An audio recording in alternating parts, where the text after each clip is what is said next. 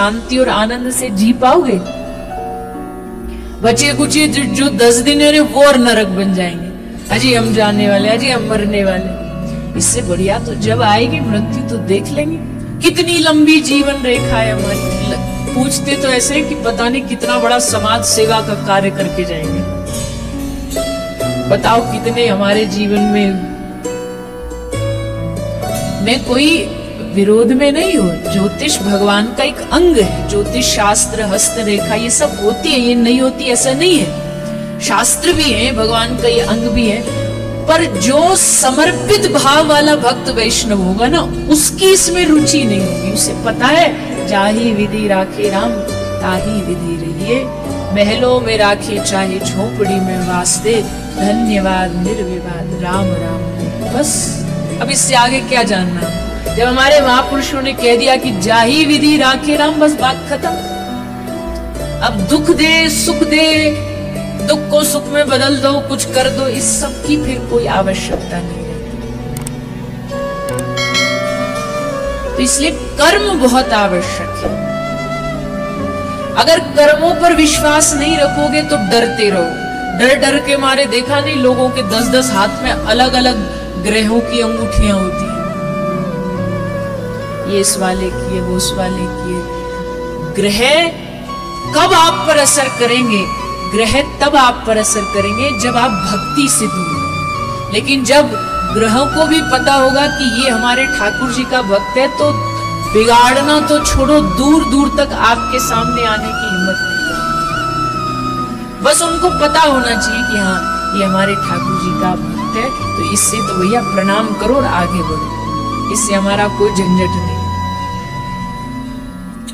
तो ये समझदारी कोई गुरु कृपा से मिलती है, अन्यथा तो लोग बस ऐसे ही अंधश्रद्धा में, अंधविश्वास में भटकते ही रहते। कर्मों पर विश्वास करिए।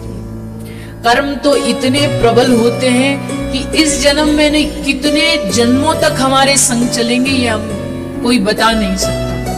दादा भीष्म की कथा आती है कि दादा भीष्म कहते 50 साल तक तो हमने कुछ बुरा नहीं किया, तो प्रभु ये सैया पर क्यों पड़े हैं? भगवान ने कहा 50 तो देख लिए, पर 50 से अगला 51वां देखा आपने? बोले नहीं, वहां तक तो दृष्टि गई नहीं। बोले 51वें पिछले जन्म में आपने एक कीड़ी को लेकर के कांटे पर डाल दिया था, वही कर्म आज आपका सामने आया कि आपको इस बाणों की सैया पर। पितामह भीष्म जैसा महापुरुष अगर कर्मों के उस विधान से नहीं बच पाया, तो हम और आप तो कहां बचेंगे? तो वही वाली बात है। एक ऐसी विनोद में सुनाते कि एक बढ़िया सा, एक अच्छा सा रेस्टोरेंट था, उस पर बाहर एक बोर्ड लगा था और बोर्ड पर लिखा था कि भैया यहाँ पर जिसको भी आके भोजन करना, भोजन करके जाओ, कितना भी खाओ, पर बिल आपको नहीं देना पड़ेगा, बिल आपके पोते चुकाएंगे। आपकी आने वाली जो पीढ़ी होगी, पोते, वो आपका बिल चुकाएंगे। तो जिसको भी खाना फ्री। एक कोई पहुंच गया समझदार आदमी, उसने सोचा आज ही लूट ले, जितना जगह है ना भर ले स्टोरेज 2-4 दिन के लिए। तो गया बढ़िया, उसने पहले चाइनीज ऑर्डर किया, फिर वो पेट भर गया, फिर इटालियन ऑर्डर किया, फिर छोले भटूरे ऑर्डर किए, और फिर जो भी किया, ज्यादा बताऊंगी तो फिर वही दिमाग में चलने लगेगा। फिर मीठा ऑर्डर किया, ये भी खा लो। खूब बढ़िया चकाचक उसने माल खाया और खा करके जाने को तैयार ही था कि वेटर बिल लेकर के आ गया।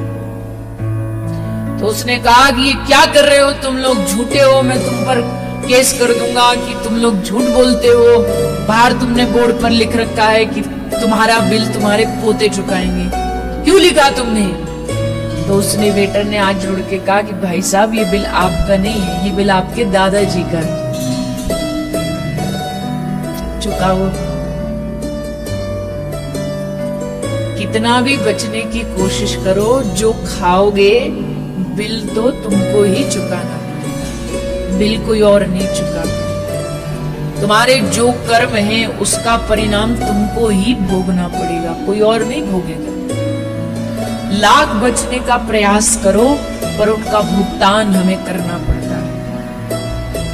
इसलिए कर्म करने से पहले सावधान रहें।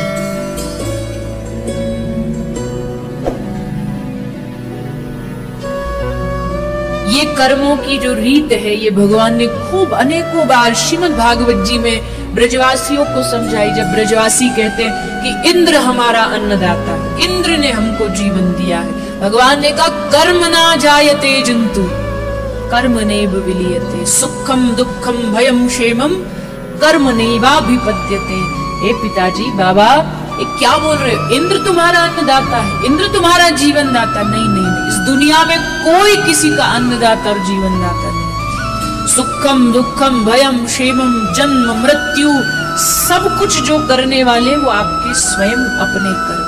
कहीं कोई अभिमान में फूला फिरता हो कि हम उसका घर चला रहे हैं, हम उसका जीवन चला रहे हैं। नहीं नहीं,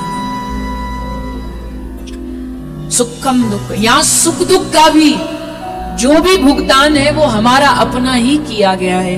इसलिए जब भी हमारे ऊपर कोई कष्ट आता ना, तो हम भगवान से कहते अरे ऊपर वाले, तूने ऐसा क्यों किया? पर गलती ऊपर वाले की क्या है?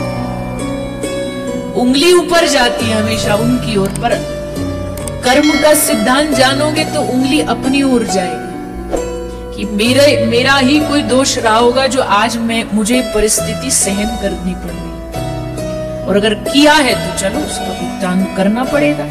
क्या रास्ता है दूसरा? कोई भी कर्म आपका पूर्व जन्म का किसी भी रूप में आ सकता है। कोई रिश्तेदार के रूप, परिवार वाले के रूप में आ सकता है।